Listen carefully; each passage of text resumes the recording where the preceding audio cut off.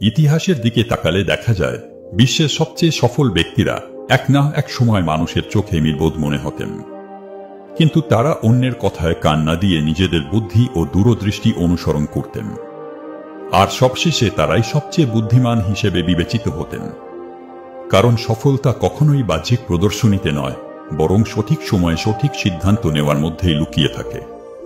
আজকের গল্প আমাদের একটি গুরুত্বপূর্ণ শিক্ষা দেবে যে নিজে বুদ্ধিমান হওয়া আর অন্যের চোখে নিজেকে বুদ্ধিমান হিসেবে দেখা এই দুটো সম্পূর্ণ ভিন্ন ব্যাপার। তাই চলুন গল্পটি শেষ পর্যন্ত দেখি।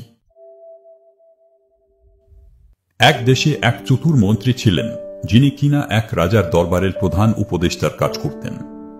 এই মন্ত্রীটা এতই বুদ্ধিমান ছিলেন যে তার কাছে সব সমস্যার সমাধান ছিল। তাই রাজা তার পরামর্শ ছাড়া কোনো বড় সিদ্ধান্ত নিতেন না। এই কারণে দরবারের অন্য লোকেরা মন্ত্রীকে মনে মনে হিংসা করত। একদিন রাজা মন্ত্রীকে বললেন, তুমি খুব বুদ্ধিমান, কিন্তু তোমার ছেলে একদম নির্বোধ এবং তার কোনো জ্ঞান নেই। মন্ত্রী এই কথা শুনে একটুও খুশি হলেন না এবং জিজ্ঞাসা করলেন, মহারাজ, আপনি কেন এমনটা বলছেন?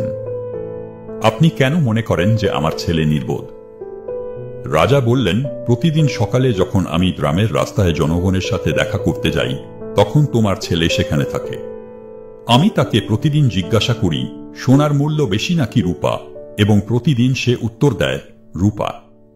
এই কথা শুনে দরবারের সবাই হাসতে লাগলো আর মন্ত্রীর মন খারাপ হয়ে গেল।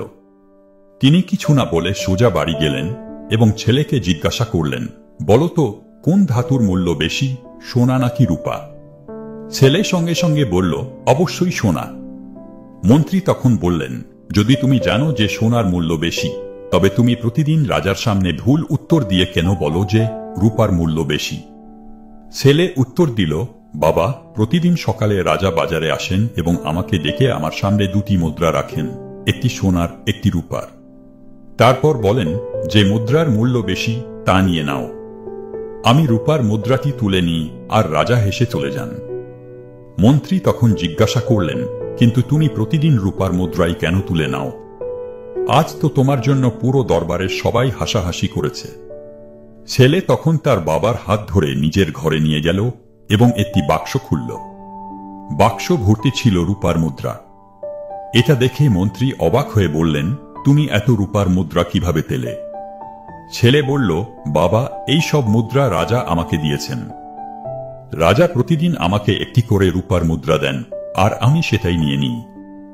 কিন্তু আমি জানি, যদি আমি একদিন সঠিক উত্তর দিয়ে সোনার মুদ্রা নিয়ে নিই, তবে রাজা এটাকে তার ক্ষতি মনে করবেন। তিনি বুঝবেন শুধু শুধু অন্যকে সোনার মুদ্রা দেবার কোনো মানে নেই। তখন তিনি আমাকে আর কিছু জিজ্ঞাসা করবেন না, আর আমি প্রতিদিনের এই রূপার মুদ্রাটিও হারাব।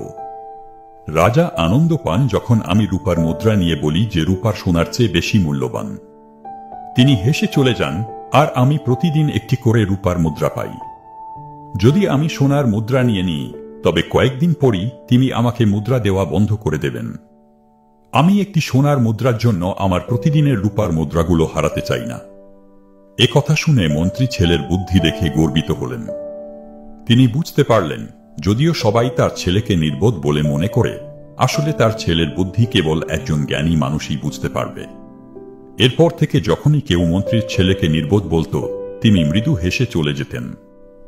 বাস্তব জীবনে তোমরা নিশ্চয়ই লক্ষ্য করেছ, কিছু মানুষ অল্প কাজ করেও বড়াই করে, আর কিছু মানুষ বিশাল কাজ করেও প্রচার করে না। এই গল্পে মন্ত্রীর ছেলে নিজের লাভের জন্য সচেতনভাবে রূপার মুদ্রা নিচ্ছিল, কিন্তু সে এ নিয়ে অহংকার করেনি বা প্রচারও করেনি। যদি তুমি জানো যে তুমি যা করছো তা ঠিক, তাহলে অন্যরা তোমাকে নির্বোধ বা পাগল বললেও কিছু আসে যায় না। কারণ তুমি জানো একদিন আসবে যেদিন তুমি এই সাধারণ মানুষ থেকে অনেক এগিয়ে যাবে। গল্পটি ভালো লাগলে একটি লাইক, কমেন্ট করে দিন, তাতে এটি আরো মানুষ দেখতে পারবে। আমি আবার আসব এমনই আরেকটি শিক্ষামূলক গল্প নিয়ে। ততদিন ধৈর্য ধরুন, কৃতজ্ঞ থাকুন এবং জীবনে এগিয়ে যান।